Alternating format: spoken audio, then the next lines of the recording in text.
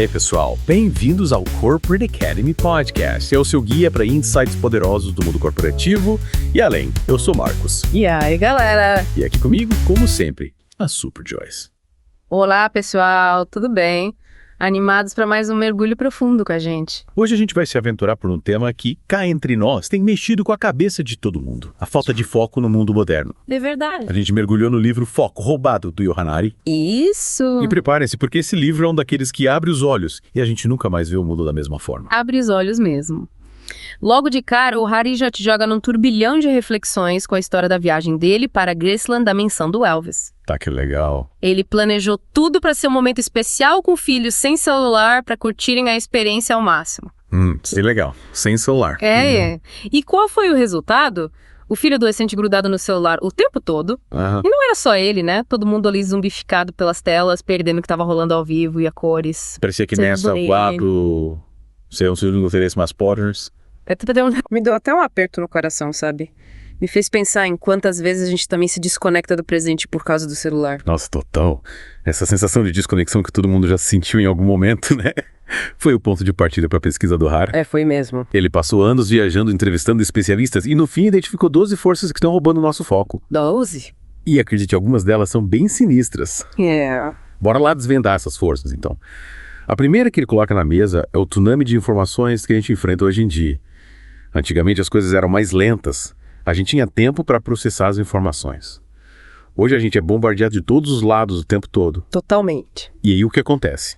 A gente entra no modo frenético de multitarefa, tentando dar conta de tudo ao mesmo tempo. É como se a gente virasse um malabarista de circo, só que com 20 pratos girando no ar ao mesmo tempo. A mente fica sobrecarregada, a gente não consegue se aprofundar em nada e o foco vai para o espaço. A gente fica tipo um polvo, né? Tentando abraçar o mundo com todos os tentáculos. Esse atrapalha todo. Você atrapalha todo. Para ilustrar essa sobrecarga, o Hari usa uma analogia genial no livro. Imagina um segurança de boate do comecinho da noite, tudo tranquilo, controlando a entrada. Só que aí, de repente, a multidão aumenta a pressão, sobe e ele abre as porteiras para todo mundo. E o que era para ser uma festa bacana vira um caos. É tipo carnaval, né? É tipo carnaval. Abre tudo e deixa todo mundo entrar. É isso que acontece com a nossa mente. Com tanta informação batendo na porta, o nosso porteiro mental fica sobrecarregado e a gente acaba deixando entrar um monte de idiotas informações irrelevantes que só atrapalham o nosso processo mental. E sabe o que é mais louco? Essa enxurrada de informações está até mudando a forma como a gente discute as coisas. O Hart traz um estudo que mostra que em 2013 um assunto bombava na internet por quase 18 horas. Já em 2016, a atenção do público para o mesmo tipo de assunto despencava em menos de 12 horas. A gente está cada vez mais superficial beliscando as informações sem se aprofundar em nada. É a era do fast food de informações, né? A gente engole tudo rápido, sem tempo para digerir, e no final fica com aquela sensação de vazio de que não aprendeu nada de verdade. É verdade. E essa dificuldade de mergulhar de cabeça no assunto nos leva à segunda força que o Hart coloca no microscópio. A incapacidade de alcançar o estado de flow. Aquele momento mágico em que a gente se conecta totalmente com a atividade que está fazendo, a gente se perde no tempo, a criatividade flui. É aquela sensação de estar na zona, sabe? Completamente imerso na atividade, sem distrações, com a mente focada e funcionando a todo vapor.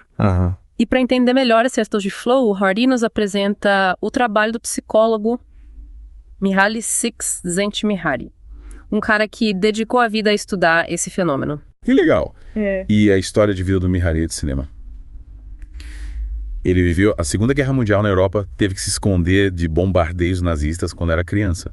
Imagina o impacto que isso teve na vida dele.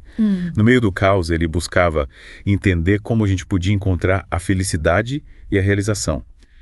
E aí se dedicou a estudar esse estado de flow, de total imersão e foco. E ele chegou à conclusão de que esse estado de flow é fundamental para nossa felicidade, para nossa criatividade, para nossa produtividade. Só que no mundo de hoje, alcançar esse estado está cada vez mais difícil. É como se a gente tivesse sempre um monte de abelhas zumbido ao redor da nossa cabeça, né? As notificações do celular, os e-mails das redes sociais, e tudo competindo pela nossa atenção. Aí a gente até começa a fazer alguma coisa que a gente gosta mais. Aí vem uma distração e piuem. O flow vai pro espaço. É tipo quando você tá lá super concentrado escrevendo um e-mail importante. Aí pluft.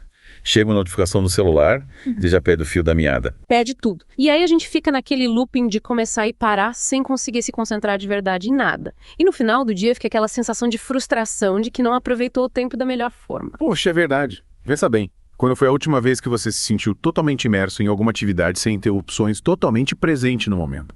É um exercício importante para a gente começar a entender como as forças externas estão impactando a nossa capacidade de focar. Nossa, com certeza. E por falar em forças externas, a terceira que o Harry traz à luz é o cansaço. A gente vive num ritmo frenético, correndo de um lado para o outro, e no final do dia o corpo e a mente estão exaustos. Entendeu? E um dos grandes vilões dessa exaustão é a falta de sono. A gente se acostumou a dormir pouco, a virar a noite trabalhando ou navegando na internet, e aí o corpo cobra o preço. Verdade. E o pior é que a falta de sono não afeta só o nosso humor, né? Ela impacta diretamente o nosso cérebro. A gente fica mais lento, com dificuldade de concentração, a memória falha, a gente fica irritado, é como se a gente estivesse andando por aí com uma ressaca eterna. Nossa, que horror. Tipo, ficar em slow motion, né? Totalmente. E o livro traz dados assustadores sobre os efeitos da privação de sono. É como se o nosso cérebro estivesse funcionando com a metade da potência. E um dos grandes culpados por essa falta de sono é a luz artificial, principalmente a luz azul emitida pelas telas dos eletrônicos. Ah, essa luz azul maldita. Ela bagunça completamente o nosso relógio biológico, inibindo a produção de melatonina, o hormônio do sono. Aham. Aí o que acontece? A gente fica com dificuldade para dormir, o sono não é reparador, e no dia seguinte a gente acorda cansado e sem foco. É um ciclo vicioso, né? Total. E para completar o combo, a gente ainda tem a pressão da sociedade para trabalhar cada vez mais horas, para estar sempre disponível para ser produtivo 24 horas por dia. É. E aí o corpo e a mente pedem arrego. A gente vira tipo uma máquina, né? Vira uma máquina. Mas será que essa cultura de workaholic é realmente necessária? O Harry apresenta o exemplo de uma empresa na Nova Zelândia, a Perpetual Guardian, que implementou a semana de trabalho de 4 dias. E adivinha, a produtividade aumentou. Sério. Os funcionários estavam mais descansados, mais felizes, mais motivados e, consequentemente, mais produtivos. Nossa, que legal. Essa história nos faz questionar, né? Será que a gente precisa mesmo se sacrificar tanto para ter sucesso? Será que não existe uma forma mais equilibrada de viver e trabalhar? É, né? Uma ótima reflexão. E por falar em questionar a quarta força que o Harry coloca na berlinda, é o declínio da leitura profunda. Pois é, a gente sabe que a internet tem seus benefícios, mas ela também trouxe consequências negativas para os nossos hábitos de leitura. A gente se acostumou a ler textos curtos superficiais, a picotar as informações. A leitura profunda, aquela que exige foco e concentração que nos leva para outros mundos, está em declínio. Ah, eu sinto muita falta disso. De pegar um livro. É mergulhar na história. É se desligar do mundo. E os números são alarmantes. Nos Estados Unidos, por exemplo, uma pesquisa mostrou que em pouco mais de 10 anos, a quantidade de homens que leem por prazer despencou 40%. Entre as mulheres, a queda foi de quase 30%. O pior é que a queda era ainda mais acentuada quando se trata de livros mais complexos que exigem mais foco e concentração. Caramba, a gente se acostumou com a leitura fast food, da internet pulando de um link para o outro sem se aprofundar em nada. E aí o que acontece? A nossa capacidade de concentração, de mergulhar em um assunto, de construir um raciocínio mais elaborado, vai diminuindo. É como se a gente estivesse perdendo a capacidade de apreciar um bom vinho, sabe?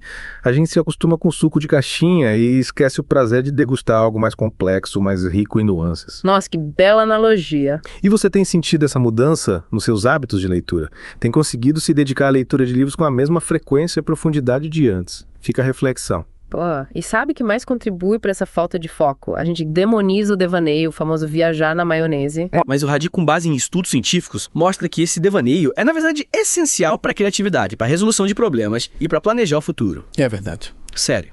Então quer dizer que quando a gente está ali no mundo da lua, o nosso cérebro não está parado. Exatamente. Na verdade, tem uma rede neural, a rede neural em modo padrão, que é ativada justamente quando a gente está divagando. Olha só. E essa rede é fundamental para a gente processar informações, conectar ideias e ter insights criativos. É como se a gente desse um tempo para o nosso inconsciente trabalhar, sabe? Aham, entendi.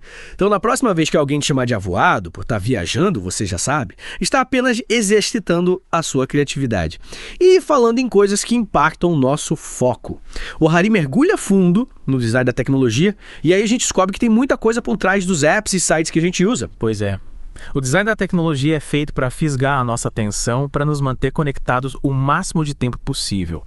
E para entender como isso acontece, o Harry resgata o trabalho do B.F. Skinner, um psicólogo que estudou o comportamento humano. O Skinner, conhecido pelos seus experimentos com ratinhos, né? Ele descobriu que através de recompensas e punições a gente pode condicionar o comportamento dos animais.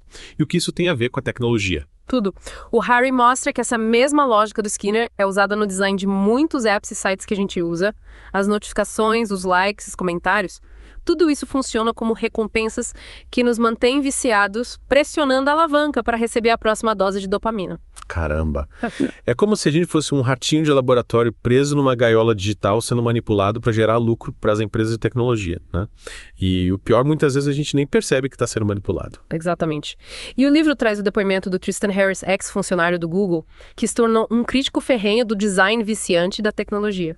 Ele usa uma frase que é de arrepiar. Estamos sendo hackeados. Hackeados pela tecnologia.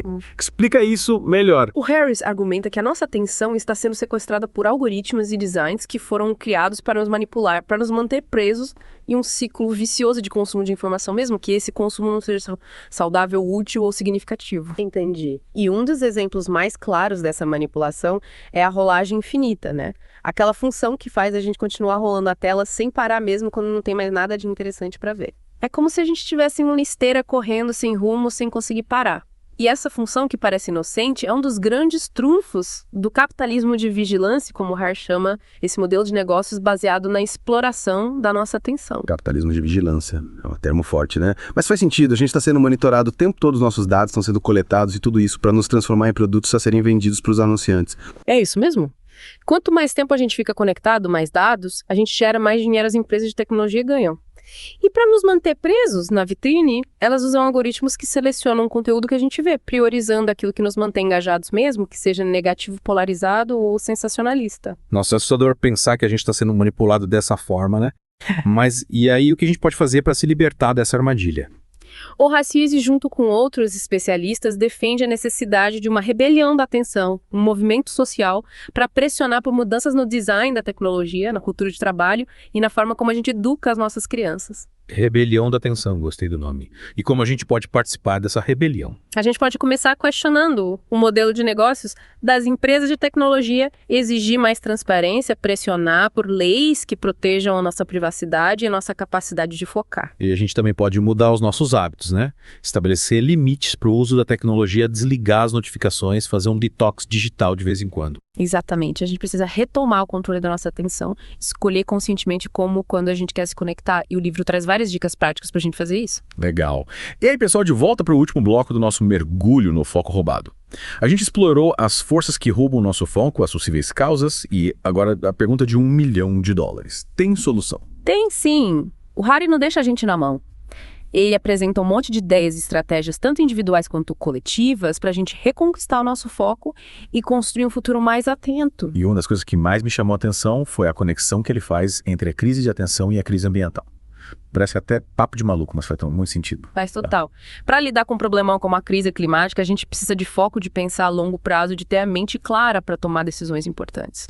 Só que com a nossa atenção fragmentada, a gente fica meio paralisado como um navegador sem bússola em alto mar. É como se a gente tivesse um monte de incêndios para apagar, mas em vez de pegar o extintor, a gente fica hipnotizado pela chama sem saber para onde correr. Exatamente. E essa incapacidade de focar, de lidar com a complexidade, nos impede de enxergar a real gravidade da situação e de agir para mudar o rumo das coisas. O Harry usa a analogia da rã na panela com água quente. Ela vai se acostumando com o calor aos poucos e quando percebe que está fervendo já era. Será que a gente está virando a rã cozinhando no próprio caldo da nossa distração? É um risco real. A gente se distrai com as redes sociais, com o consumo desenfreado, com a busca por prazeres imediatos e esquece de olhar para o problema maior que está batendo na nossa porta. E aí joga a pergunta no ar.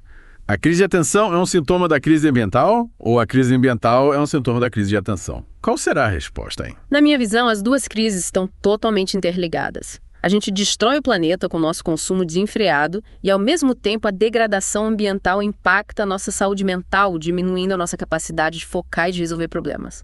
É um ciclo vicioso que precisa ser quebrado. E para quebrar esse ciclo, Harry nos convida a repensar tudo.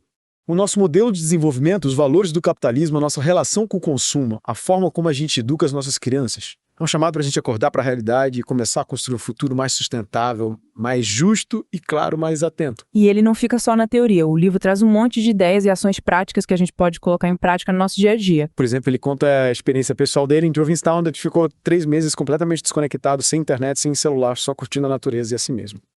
E ele garante que essa experiência foi transformadora, que ele conseguiu reconectar com a sua capacidade de focar, de ler, de escrever, de pensar com mais clareza. E ele reconhece que nem todo mundo pode largar tudo e se isolar do mundo. Mas a gente pode se inspirar na experiência dele e buscar formas de incorporar mais momentos de desconexão na nossa rotina. Fazer um detox digital, de vez em quando, desligar as notificações do celular, ter momentos de lazer sem telas.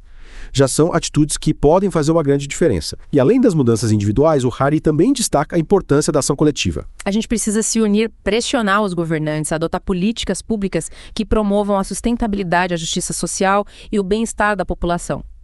E a gente também precisa repensar o modelo de negócios das empresas de tecnologia, exigir que elas parem de explorar nossa atenção e passem a contribuir para a construção de um futuro mais humano e sustentável. E aí entra a rebelião da atenção. O movimento que o Harry propõe para a gente unir forças e lutar por um futuro mais atento.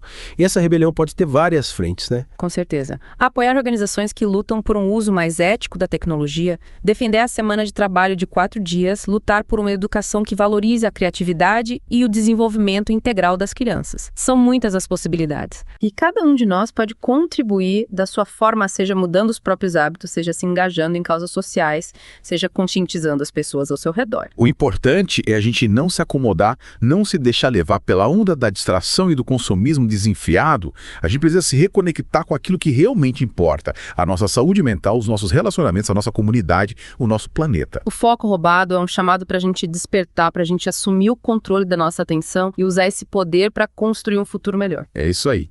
E para quem quer saber mais sobre o livro e sobre a rebelião da atenção, acesse o nosso site, coachacademy.org. A gente se encontra no próximo episódio com mais um mergulho profundo para a gente desvendar juntos. Até lá.